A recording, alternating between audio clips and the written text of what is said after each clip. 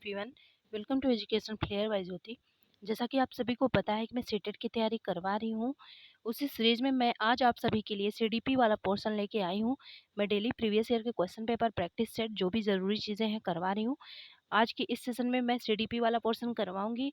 अगर आप हमारे चैनल पे फर्स्ट टाइम विजिट किए हैं तो सब्सक्राइब कर लीजिएगा ताकि कोई भी कंटेंट छूटे ना। चलिए देखते हैं क्वेश्चन नंबर फर्स्ट से। क्वेश्चन नंबर फर्स्ट है, निम्नलिखित में से कौन सा स्थूल गत्यात्मक कौशल का उदाहरण है। इसमें से पूछ रहा है कि कौन सा एग्जाम्पल जो है ग्रॉस मोटर स्किल का है। चलिए देखते हैं ग्रॉस मोटर स्किल्स का कौन सा एग्जाम्पल होगा। जो ग्रॉस मोटर स्किल का एग्जाम्पल होगा उसमें जो फिजिकल मूवमेंट होते हैं वो ज़्यादा होंगे। अगर फिजिकल मूवमेंट कम होते हैं, जैसे कोई चीज़ सिलना, लिखना, फिगर बनाना, कटिंग करना, कोई पेपर वगैरह काट रहे हैं, तो उसमें सूक्ष्म गति कौशल होता है। लेकिन जो बड़े-बड़े काम जिसमें हाथ-पैर ज़्यादा मूवमेंट होता है, बॉडी पार्ट्स ज़्यादा मूवमेंट करते हैं, वो होता है ग्रॉस मोटर स्किल, ए स्थूल गत्यात्मक कौशल। इसका जो सही आंसर हो जाएगा ऑप्शन नंबर 4 वाला हो जाएगा, खंभे की तरह तरफ फुटबॉल को लात से धकेलना। जी, फिगर बनाना इसमें सूक्ष्म कौशल होगा। कागज को टेढ़ा मेढ़ा अभी बताई थी, धागे में माला पिरोना, ये भी सूक्ष्म गतिक कौशल होंगे। ऑप्शन नंबर 4 वाला सही हो जाएगा। नेक्स्ट देखते हैं, क्वेश्चन नंबर सेकंड है, डेवलपमेंट ऑफ चिल्ड्रन प्रोसीड। जो बच्चे का विकास होता है वो किससे होता है। बच्चे का विकास दो तरफ से होता है। एक होता है शीर्षगामी विकास, शीर्षगामी विकास जिसे बोलते हैं, अगर मान लीजिए हेड है, ये मान लीजिए कोई बच्चा है, हेड है, और हेड से जब इस तरफ विकास होगा तो उसे बोलते हैं शीर्षगामी विकास, हेड से नीचे की तरफ। और जब विकास, मान लीजिए ये कोई चाइल्ड है, ठीक है, जब विकास क्या हो, ये इसका सेंटर है, ठीक है, सेंटर से बाहर की तरफ हो तो इसे बोलेंगे समीपस्थ विकास। तो इसका सही आंसर हो जाएगा केंद्र से बाह्य की तरफ, ऑप्शन नंबर फर्स्ट वाला सही हो जाएगा। देखिए ये पैर से सिर है, से तरफ है, इसलिए उल्टा है, नहीं तो ये ऑप्शन सही हो जाता, सिर से पैर हो जाता।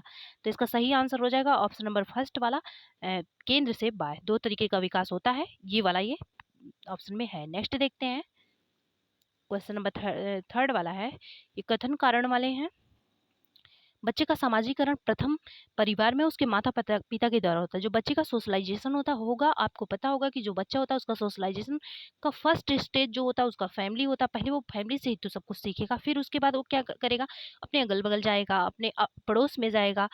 तो ये सेकेंडरी हो गए, जो पड़ोस हो गए, अगल बगल हो गए, मीडिया हो गई, ये सेकेंडरी कारक, द्वितीयक कारक है। लेकिन प्रथम कारक कौन है, फैमिली। सबसे पहले किससे सीखेगा, फैमिली के। फिर है परिवार, बच्चों के समाजीकरण का प्रथम कारक होता है, बिल्कुल सही है ऑप्शन नंबर, ये भी दोनों सही है। ऑप्शन नंबर फर्स्ट वाला सही हो जाएगा, ए आर दोनों सही है, आर ए की सही व्याख्या करता है। नेक्स्ट देखते हैं, क्वेश्चन नंबर कौन सा है, फोर्थ वाला है। क्वेश्चन नंबर फोर्थ है, जीन पियाजे के संज्ञानात्मक विकास के सिद्धांत के अनुसार निम्नलिखित में से कौन सी अवधारणा ये 3 से 6 वर्ष की आयु के बच्चे को सिखानी चाहिए। जो 3 से 6 पूर्व संक्रियात्मक अवस्था में आते हैं, ये संज्ञानात्मक विकास की अवस्था जीन पियाजे ने दिया था। इसमें बच्चे को क्या सिखाना चाहिए, यही पूछ रहा है। तो इसका सही आंसर हो जाएगा ऑप्शन नंबर थर्ड वाला, जो साइन वाली चीजें होती हैं, सांकेतिक प्रतिनिधिकरण वाली चीजें होती हैं, जैसे फिगर वगैरह समझाना, ये चीजें सिखानी चाहिए। बाकी संरक्षण वाली चीजें 6 से 12 वाली एज में सिखानी चाहिए।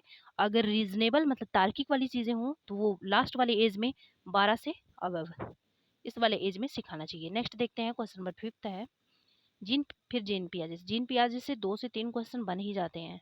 जीन पियाजे के संज्ञानात्मक विकास के सिद्धांत के अनुसार अधिकांश बच्चे किस अवस्था में वस्तुओं को श्रेणी क्रम में व्यवस्थित करना सीख जाते हैं, मतलब द्रव्यमान संरक्षण का, जिसमें उन्हें चाल है, दूरी है, समय, इन सब चीज़ों के बारे में पता चल जाए। ये कौन सी अवस्था होती है, ये ऑप्शन नंबर थर्ड वाला हो जाएगा, मूर्त संक्रियात्मक अवस्था। औपचारिक में क्या होता है, रीजनिंग, तार्किक वाली चीज़ें आ जाती हैं। संवेदीगामक में संरक्षण वाली चीज़ें आती हैं। वस्तु अस्थायित्व वाली, संवेदीगामक में वस्तु अस्थायित्व वाली, पूर्व संक्रियात्मक में संरक्षण वाले, अभी जो ऊपर क्वेश्चन था 3 to 6 वाला। नेक्स्ट देखते हैं, क्वेश्चन नंबर 6 वाला है, का प्रयोग जीन पियाजे द्वारा संज्ञानात्मक मानसिक अवधारणाओं के वर्णन के लिए किया जाता है। जो कॉग्निटिव मेंटल जो है कॉन्सेप्ट होते हैं, इनका वर्णन के लिए किया जाता है, किसका प्रयोग, स्कीमा का। ऑप्शन नंबर थर्ड वाला सही हो जाएगा। आपको पता होगा जो स्कीमा वर्ड है ये जीन पियाजे से ही जुड़ा है, तो इसमें से सही आंसर हो जाएगा स्कीमा का। और स्कीमा का मतलब वो होता है कि जब बच्चा, स्कीमा का मतलब वो होता है बच्चा, जब मान लीजिए कोई थॉट्स, बच्चे का जो थॉट्स होता है ना, वही स्कीमा होता है। कोई अवधारणा बच्चा खुद से बना लिया अपने मन में, तो वो होता है स्कीमा। नेक्स्ट देखते हैं, क्वेश्चन नंबर रजनी अपने दोस्तों को कार्यों को जैसा का तैसा, ये किस एज में आता है? कोई मेरे साथ जैसा करेगा मैं उसके साथ वैसा ही बिहेवियर करूंगा, ये आता है पूर्व संक्रियात्मक अवस्था, पूर्व परंपरागत जिसे बोलते हैं, प्री कन्वेंशनल स्टेज, ये इसमें आता है। चलिए देखते हैं आगे। मानसिकता के आधार पर जांचती है लॉरेंस कोहलबर्ग। ये देखिए, लॉरेंस कोहलबर्ग के अनुसार वर्तमान में रजनी संज्ञानात्मक विकास के नैतिक विकास के किस स्तर पर है? ये पूर्व परंपरागत हो जाएगा, pre conventional. Option number second वाला सही हो जाएगा। नेक्स्ट देखते हैं। जब विद्यार्थी किसी प्रश्न का हल खोजने के दौरान समस्या का समाधान सामना करते हैं तो अध्यापक विद्यार्थियों को किस तरह पाठ प्रदान करते हैं? इसका फोल्डिंग है। इसके फोल्डिंग वाली जो चीजें हैं वो किस प्रकार से टीचर हेल्प करता है? इसका फोल्डिंग वो होता है जिसमें बच्चा कुछ चीजें सीखा रहता है। मान लीजिए कोई वर्क है जिसका 100% होता है, किसी वर्क का 100% होता है, फिर इसमें से ये 80% सीखा रहता है लेकिन 20% नहीं कर पाता, तो वो 20% करवाने के लिए अगर टीचर इसको क्या कर दे, हेल्प कर दे, हिंट दे दे, हेल्प कर दे, तो वो होता है इसका फोल्डिंग पार्ट होता है, जिसे ढांचा बोलते हैं। ऑप्शन नंबर फर्स्ट वाला सही हो जाएगा। ये फर्स्ट वाला गलत है, उनमें भय पैदा करेगी, निगेटिव टैग वर्ड है, ठीक है। इसका सही आंसर हो जाएगा उन्हें उन्हें प्रश्न का आधा समाधान प्रस्तुत करके। ऑप्शन में बोली ना कि कुछ पोर्शन टीचर कर दे, तो इसका सही आंसर हो जाएगा आधा समाधान प्रस्तुत करके। आधा कर देंगे, हेल्प कर देंगे तो वो कर लेगा, इसे बोलते हैं स्कैफोल्डिंग, ठीक है। फिर है सिद्धांतवादी और उनके प्रतिपादन विचार का सही युग बताइए। लेव वाइगोत्स्की सांस्कृतिक उपकरण बिल्कुल सही है। हार्वर्ड गार्डनर जी घटक नहीं है, इन्होंने मल्टीपल इंटेलिजेंस दिया था। और जो ये पार्ट या इसका फोल्डिंग वाली चीजें हैं ये लियो वाइगोत्स्की की हैं। लॉरेंस कोहलबर्ग संवेगात्मक विकास के सिद्धांत को लॉरेंस कोहलबर्ग ने नहीं दिया था, ठीक है। इसका सही आंसर हो जाएगा ऑप्शन नंबर फर्स्ट वाला, लियो वाइगोत्स्की सांस्कृतिक। अगर भाषा से हो तब भी लियो वाइगोत्स्की होंगे, तो ऑप्शन नंबर फर्स्ट वाला सही हो जाएगा। नेक्स्ट देखते हैं। क्वेश्चन नंबर 10 है, एक प्रगतिशील कक्षा जो प्रोग्रेसिव क्लासरूम होता है किसे सम्मुत रहती है, ठीक है। किससे समृद्ध रहती है, ये इसका मतलब है ज्ञान सृजन की चाह। ऑप्शन नंबर फर्स्ट वाला सही हो जाएगा। जो नॉलेज होते हैं ना उनको क्रिएटिव नॉलेज की चाह के रूप में होता है प्रगतिशील शिक्षा, जिसमें हमेशा प्रोग्रेस हो रहा हो, क्रिएटिविटी हो, अलग अलग अलग अलग प्रकार से बच्चे सोचते हों, ज्ञान का मतलब अलग अलग प्रकार से निर्माण हो। नेक्स्ट देखते हैं। क्वेश्चन नंबर 11 है, मधुलिका नृत्य और योग कला में निपुण है। हावर्ड गार्डनर के अनुसार उसके पास किस प्रकार की बुद्धि बुद्धि उच्च स्तरीय है? तो जो अगर कोई डांस कर रहा है, एक्सरसाइज कर रहा है, तो ये क्या होगा? गति संवेदी होगा। ऑप्शन नंबर थर्ड वाला सही हो जाएगा, शारीरिक गति संवेदी। नेक्स्ट देखते हैं, क्योंकि वो गति कर रहा, मूवमेंट वाली चीजें है ना। नेक्स्ट है, एक प्रश्न उत्तर सत्र के दौरान एक अध्यापक केवल लड़कों को ही अपने भ्रम और प्रश्न पूछने के अवसर दे रहा है। वो क्या किसको अपॉर्चुनिटी दे रहा है? केवल बॉयज को दे रहा है। ये क्या कर रहा है? पक्षपात कर रहा है। यह प्रत्यक्ष रूप किसकी प्रस्तुति है? ये होगा पक्षपात का, जेंडर बायस का। ऑप्शन नंबर से थर्ड वाला सही हो जाएगा। एक स्टीरियोटाइप आता है जिसमें सोच जो है लोगों की होती है, स्टीरियोटाइप वहाँ पे आंसर होता है। बता दो स्टीरियोटाइप के बारे में, हर बार क्वेश्चन इससे बन ही जाता है, ठीक है। स्टीरियोटाइप जो होता है उसमें थिंकिंग से रिलेटेड है ये। जैसे कोई क्वेश्चन एग्जांपल दे रही हूँ मैं, जैसे मान लीजिए कोई टीचर है, कोई कुछ भी है, ये बोल रहा है कि बस लड़की मैथमेटिक्स में या सीडीपी में कुछ भी सब्जेक्ट लीजिए आप, बस उसमें लड़के अच्छे होते हैं, लड़कियां अच्छी नहीं होती। लड़के जो है लड़कियां गुड़िया से खेलती हैं, लड़के कार से, या ऐसे जो एग्जाम्पल होते हैं कि मतलब लड़के ये करते हैं, लड़कियां ये करती हैं, ये नहीं कर सकती, लड़कियां इसमें कमजोर होती है। ये स्टीरियोटाइप, ये सोच से है ना, तो इसे स्टीरियोटाइप इसका आंसर होगा। वहाँ पक्षपात हो रहा था तो इसलिए जेंडर पक्षपात। फिर देखते हैं नेक्स्ट क्वेश्चन।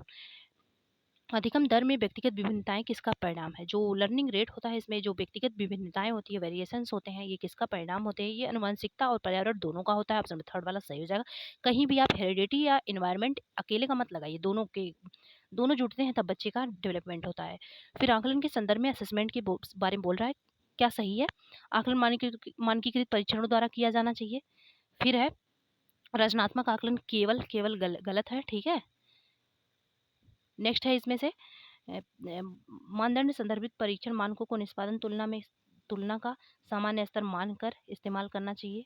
सामान्य स्तर का जरूरी नहीं है, अच्छे भी स्तर के होने चाहिए। अध्ययन के लिए आकलन विद्यार्थियों द्वारा स्व आकलन को भी शामिल किया, बिल्कुल सही है। जो विद्यार्थी होते हैं उनको भी खुद के आकलन का मौका देना चाहिए। नेक्स्ट देखते हैं। क्वेश्चन नंबर 15 है, विद्यार्थियों में समालोचनात्मक चिंतन मतलब क्रिटिकल जो थिंकिंग होती है का आकलन करते समय अध्यापक को निम्नलिखित में से किसका चयन करना चाहिए? क्रिटिकल जो थिंकिंग होती है उसका जब आकलन कर रहे हैं तो उसमें अपसारी जो चिंतन होते हैं, डाइवर्जेंट थिंकिंग जो होती हैं, इनका जो है करना चाहिए।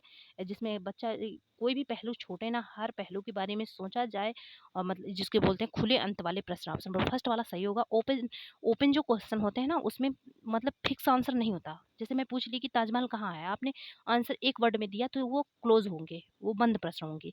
लेकिन मैं ये बोल दी कि अगर ताजमहल जैसे आपको एक घर और एक कोई महल बनवाना हो तो आप उसे कैसे बनवाएंगे, तो ये हो गए खुले अंत वाले। इसका कोई फिक्स आंसर नहीं है, आपने अपने सोच के हिसाब से देंगे कैसे बनवाना है।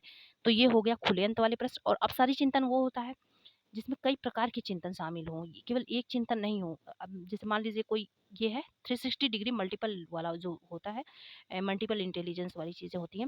जैसे स्पोर्ट है, इसमें भी इसका भी इसके बारे में भी चिंतन हो, कम्युनिकेशन के बारे में भी, सोशलाइजेशन के बारे में, टेक्स्ट बुक के बारे में, एक्टिविटीज़ के बारे में, क्रिएटिविटीज़ के बारे में। तो ये होता है आप सारी चिंतन। नेक्स्ट देखते हैं, इसका फर्स्ट आंसर सही था। समावेशी कक्षा में किसकी आवश्यकता है? समावेशी इंक्लूसिव एजुकेशन वो होता है। मैं कॉन्सेप्ट इसलिए बता दे रही हूँ शॉर्टकट में, ताकि कोई भी बच्चा मान लीजिए लास्ट में तैयारी शुरू किया हो तो वो अपना होप खोए ना, उसे पता चल जाए कि मतलब कुछ तो कॉन्सेप्ट उसका क्लियर हो जाए। समावेशी कक्षा में किसकी आवश्यकता होती है? जो समावेशी इंक्लूसिव एजुकेशन क्लासरूम होता है उसमें देखिए, कोई वीक है बच्चा, कोई इंटेलिजेंट बच्चा, कोई डिसेबल बच्चा, कोई एबल बच्चा है और कोई बहुत ज़्यादा इंटेलिजेंट है, सारे बच्चे को एक साथ लेके एक जगह पे पढ़ाना, ये समावेशी शिक्षा का उद्देश्य होता है। इसका सही आंसर हो जाएगा ऑप्शन नंबर फोर्थ वाला, विविधता को स्वीकृति। जो डाइवर्सिटी होती है या वेरिएबिलिटी होती है उनको क्या करना है? एक्सेप्टेंस उनका होना चाहिए। देखते हैं क्वेश्चन नंबर 17 है, सुविधा वंचित समूह से आने वाले विद्यार्थियों की आवश्यकताओं को संबोधित करने के लिए, जो सुविधा मतलब जिनको सुविधाएं नहीं मिल पाई हैं जितनी प्रॉपर चाहिए, फिर अध्यापक को उनके सामाजिक सांस्कृतिक संदर्भ को जानना चाहिए। बिल्कुल सही है, ऑप्शन नंबर ए वाला सही है। फिर है पाठचर्या की अभिकल्पना औसत विद्यार्थियों को ध्यान में रखकर करना चाहिए। केवल एक विद्यार्थियों को ध्यान में नहीं रख सकते हम, औसत जो है उनको भी ध्यान में रखना होगा, कमजोर जो है उनको भी ध्यान में रखना, इंटेलिजेंट जो है उनको भी ध्यान में रखना होगा। इसका सही आंसर हो जाएगा ऑप्शन नंबर थर्ड वाला। ए तो सही है लेकिन बी वाला, ये आर वाला गलत है। नेक्स्ट देखते हैं, जो पैटर्न वैकल्य जिसे इंग्लिश में डिसलेक्सिया बोलते हैं, ये किससे रिलेटेड होता है? अधिगम विशिष्ट से। अगर रीडिंग दिया होता तो उससे होता ये, लेकिन स्पेसिफिक लर्निंग यहाँ आंसर हो जाएगा क्योंकि ये उसके करीब है। जो डिसलेक्सिया होता है ये रीडिंग से रिलेटेड होता है। डिसग्राफिया, अगर ग्राफिया ग्राफिया याद रखिए, ग्राफ पे क्या करते हैं? लिखते हैं, इसी से कनेक्ट कर लीजिएगा, इस पे लिखने से रिलेटेड होता है। कैलकुले अगर डिसकैलकुलिया हो तो कैलकुलेशन से, जोड़ घटाव से दिक्कत होती है। अब फेजिया हो तो भाषा से, फेजिया भाषा से। नेक्स्ट देखते हैं, क्वेश्चन नंबर 19 है, निम्नलिखित में से कौन सा स्वालीनता विकार, स्वालीनता मतलब ऑटिज्म होता है ये ठीक है। ऑटिज्म वो होता है जिसमें बच्चा क्या करे? सेल्फ के बारे में केवल सोचता रहे, अपने खुद के बारे में जो है, स्वयं के बारे में वो बस गूंजता रहे, बाहरी समाज में ज्यादा उसका उठना बैठना ना हो, बाहरी समाज से अलग रहता हो, उसे विकार मतलब कमी। क्या इसका लक्षण हो सकता है? इसको ऐसे बच्चों को किस में दिक्कत आएगी? जब वो बाहर निकलेंगे किस में दिक्कत आएगी? कम्युनिकेशन में, क्योंकि वो उनके अंदर इतना हेजिटेशन रहेगा, वो लोगों को कभी फेस नहीं किए रहेंगे कि वो अपनी बातों को रख ही नहीं पाएंगे, एक दूसरे से बात ही नहीं कर पाएंगे। तो ऑप्शन नंबर फर्स्ट वाला सही हो जाएगा, बाधित कम्युनिकेशन होगा इनके अंदर। नेक्स्ट देखते हैं, कक्षा में विभिन्न योग्यताओं वाले शिक्षार्थियों की आवश्यकताओं की पूर्ति कैसे की जा सकती है? जो विभिन्न योग्यता वाले शिक्षार्थी होते हैं इनकी पूर्ति कैसे की जा सकती है? चलिए देखते हैं कैसे की जा सकती है। श्रेणीबद्ध कठिनाई के कार्य देकर, बिल्कुल सही है, ऑप्शन नंबर फर्स्ट वाला सही है, क्योंकि विभिन्न योग्यता वाले हैं ना, तो श्रेणीबद्ध उनको हम जितने कठिनाई के कार्य होंगे दे देंगे, 1 बाई 1 करके, ठीक है, श्रेणीबद्ध करके। नेक्स्ट देखते हैं, अधिगम तब अधिक अर्थपूर्ण होगा जब विषय वस्तु, जो कंटेंट होता है, जो लर्निंग होगा वो ज़्यादा मीनिंगफुल कब होगा? जब कंटेंट को क्या करेंगे हम? ऑर्गेनाइज करेंगे, एक सीरीज में रखेंगे, एक अच्छे ढंग से उसे व्यवस्थित करके रखेंगे। ऑप्शन नंबर फोर्थ वाला सही होगा, और संयोजित करना, ऑर्गेनाइज करना। नेक्स्ट देखते हैं, कंटेंट ही इधर उधर बिखरा रहेगा तो बच्चा क्या पढ़ेगा? क्वेश्चन नंबर 22 है, अंतरिक्ष की अवधारणा में समझाते समय एक अध्यापक ने महसूस किया कि विद्यार्थियों में इस विषय को लेकर अनेक भ्रांतियां हैं। अध्यापक की इस स्थिति में क्या प्रतिक्रिया होनी चाहिए? चलिए देखते हैं क्या प्रतिक्रिया होनी चाहिए। सीधे सीधे भ्रांतियों को अस्वीकृत करना चाहिए, ये गलत है। हमें कोई भी चैलेंजेस को अस्वीकृत नहीं करना, उसे लेना है, ठीक है। इस भ्रांतियों के प्रति विद्यार्थियों को तर्क जानने की चाहिए, बिल्कुल विद्यार्थियों में क्यों ऐसे कमी आ रही है ये तर्क जानने चाहिए। नेक्स्ट देखते हैं, क्वेश्चन नंबर 23 है, हाँ 23 है, लेकिन विद्यार्थियों को किसी भी अवधारणा के बारे में, कॉन्सेप्ट है कोई, उसके बारे में क्या है समझाते हुए निम्न में से कौन सी बात को ध्यान में रखना चाहिए? कोई कॉन्सेप्ट है, इसको समझाना है विद्यार्थी को, तो कौन सी बात ध्यान में रखनी चाहिए? विद्यार्थियों को सीखने के लिए तत्परता, बिल्कुल सही है। ये थॉर्नडाइक ने बताया है, तत्परता का नियम, अभ्यास का नियम और एक बताया था। तत्परता जो है, तत्परता होनी ही चाहिए। जब बच्चे एक्साइटेड होंगे तभी सीखेंगे। फिर विद्यार्थियों के सामाजिक सांस्कृतिक संदर्भ, बिल्कुल सही है। विद्यार्थियों द्वारा चयनित अधिगम शैलियाँ, ये भी है। विद्यार्थियों द्वारा, इसमें चाइल्ड को सेंटर माना जा रहा है, इसलिए ये भी सही है। ऑप्शन नंबर फोर्थ वाला सही हो जाएगा तीनों।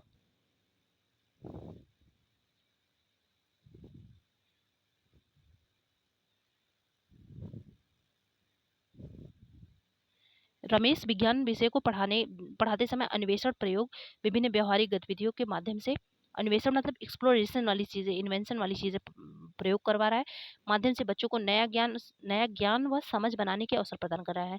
जो नया ज्ञान है और अंडरस्टैंडिंग है, उसको क्या कर रहा है, उसके लिए अपॉर्चुनिटी दे रहा है कि ये दोनों डेवलप हो सके। वह किसको बढ़ावा दे रहा है, वैज्ञानिक तर्क को, तार्किक चिंतन को। ऑप्शन नंबर फर्स्ट सेकंड सही हो जाएगा। ये तो निगेटिव टैग वर्ड ही है, आपको पता ही है।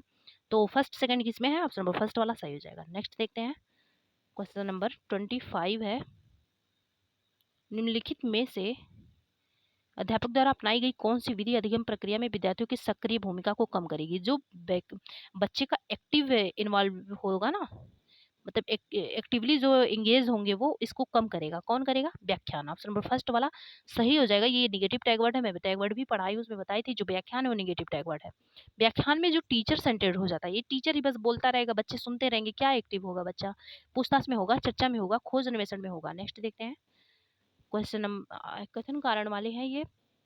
26 देखते हैं, आंतरिक प्रेरणा एक बच्चे को स्वेच्छा से अपनी आंतरिक खुशी से काम करने के लिए प्रेरित करती है। बिल्कुल, इससे पहले भी मैं जो क्वेश्चन पेपर करवाई हूँ उसमें बताई हूँ, आंतरिक इंट्रिंसिक मोटिवेशन, एक्सट्रिंसिक मोटिवेशन दोनों बताई हूँ। जो आंतरिक प्रेरणा होती है बच्चे के लिए पॉजिटिव होता है, ये अच्छी चीजें होती है। लेकिन जो निगेटिव बाह्य प्रेरणा होता है ना, एक्सट्रिंसिक जिसे बोलते हैं, बाह्य प्रेरणा, एक्सट्रिंसिक, ठीक है, ये क्या होता है, ये निगेटिव होता है बच्चे के लिए। ये इसमें बच्चा किसी और के लिए काम करता है, किसी और को खुश करने के लिए। लेकिन जो आंतरिक प्रेरणा, इसमें बच्चा खुद मोटिवेटेड होता है और क्या करता है, अपनी खुशी के लिए करता है। तो ये वाला सही है। फिर है, शिक्षक को आंतरिक रूप से प्रेरित करने के स्थान पर विद्यार्थियों को बाह्य रूप से प्रेरित करना, बिल्कुल गलत है। बाह्य प्रेरणा निगेटिव टैग वर्ड है। इसका सही हो जाएगा ऑप्शन नंबर थर्ड वाला, ए सही है किंतु आर गलत है। नेक्स्ट देखते हैं, क्वेश्चन नंबर 27 है, प्रभावशाली समस्या समाधान में किसके बहिष्करण की आवश्यकता है। जो प्रभावशाली प्रॉब्लम सॉल्विंग है, इफेक्टिव प्रॉब्लम सॉल्विंग है, इसमें किस चीज का बहिष्करण, किस चीज को नहीं लाना चाहिए, कार्यात्मक स्थिरता, बिल्कुल सही है। ऑप्शन नंबर फर्स्ट वाला ही सही हो जाएगा।